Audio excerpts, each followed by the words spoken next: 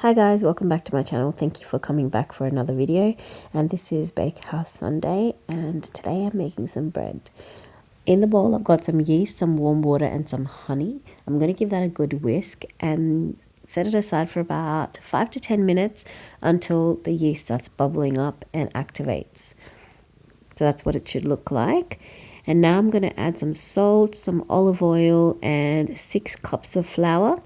The recipe does call for plain flour, but I've decided to use some whole wheat flour. This went in my KitchenAid for about 5-10 minutes. What I realized with whole wheat flour, it does need more water because it absorbs it faster. So I added about half a cup to a cup of water, just adding it slowly. So this is the first rise and I left it for about 4 hours, I'd say. It is nice and soft. I'm going to talk about some errors that I've made. So with whole wheat, I think it needs longer to proof. So definitely overnight, I'd say. Secondly, I would definitely knead it for a little bit longer in between the rises.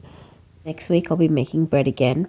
I haven't decided if I'm going to stick to the same recipe and make sure I do exactly what it says, because I did switch out a few things. I definitely hope that you join me next time to see how I do. So this was time for my second rise, and I brushed up a pan with some olive oil and I put one of the loaves, but you can see that it was too small, so eventually I just put the second loaf into the same container and baked it together. So this is what it looks like after the second rise. That was about, I would say, 2 hours was the second rise. And then I'm brushing this with some melted butter. I baked this at 180 for about 45 minutes. I almost didn't post this video because I thought I made too many errors, but this is how we learn, right? Errors are part of the next step. Still turned out pretty good. Thank you for watching and I'll see you next time. Bye.